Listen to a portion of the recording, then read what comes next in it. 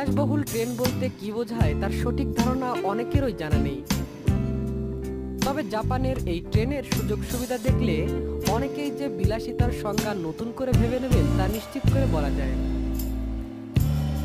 গত মে মাসের 1 তারিখে সিকিসিমা ট্রেনটি যাত্রা শুরু করেছে।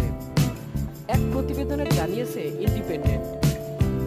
ট্রেনটিতে বিলাসিতার কি কি রয়েছে তা জিজ্ঞাসা করার আগে জেনে নেওয়া উচিত কি কি নেই, কারণ এই ট্রেনে রয়েছে 10টি বগি, যেখানে সর্বমোট যাত্রী ধারণ ক্ষমতা 34 জন।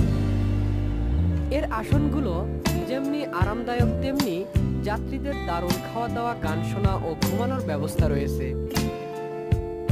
ট্রেনটির বিভিন্ন সুযোগ সুবিধার কারণে উচ্চ মূল্যর হওয়া সত্ত্বেও এই ট্রেনের সব টিকিট বিক্রি হয়ে গেছে 2018 সালের এপ্রিল পর্যন্ত। যাত্রীদের চাপের কারণে টিকিট লটারির মাধ্যমেই দেওয়া হয়। প্রায় 60 ঘন্টার ভ্রমণে যাত্রীদের গুনতে হয় বাংলাদেশি টাকায় 8.5 লক্ষ টাকা। ইস্ট জাপান রেলওয়ে কোম্পানি এই ট্রেনের পরিচালনাকারী প্রতিষ্ঠান। ট্রেনটি মূলত পর্যটকদের জন্য। এতে রয়েছে 3 রাত ও 2 দিনের প্যাকেজ ট্যুরের ব্যবস্থা। টোকিওর উয়োনো স্টেশন থেকে শুরু করে পাহাড়ি পথে উত্তরের ইউচাওয়াতে যাত্রা করে এই ট্রেনটি। এরপর বিভিন্ন দর্শনীয় স্থানে ভ্রমণ ও বিরতি শেষে আবার ফিরে আসে সেখানে। যাত্রাপথে যেসব সুযোগ সুবিধা থাকে তার মধ্যে রয়েছে আরামদায়ক বিছানা, বাথরুম ও শাওয়ার।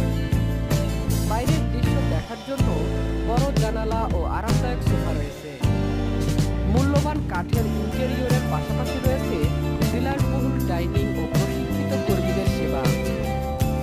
ট্রেনের সর্বোচ্চ গতি ঘন্টায় 70 কিলোমিটার। জাপানের অন্যান্য ট্রেনের চেয়ে এর গতি কম থাকার কারণ হিসেবে পর্যটকদের দৃশ্য দেখার সুবিধার কথা জানা যায়। এছাড়া ট্রেনটি ন্যারো গেজের লাইনে চলার কারণেও গতি কিছুটা কম। ট্রেন ভ্রমণে প্রথম রাতের ডিনারের পর যাত্রীদের জন্য লাইভ পারফরমেন্সের ব্যবস্থা করা হয়। এতে জাপানি ঐতিহ্যবাহী ড্যান্স অব দ্য ডেড প্রদর্শিত হয়।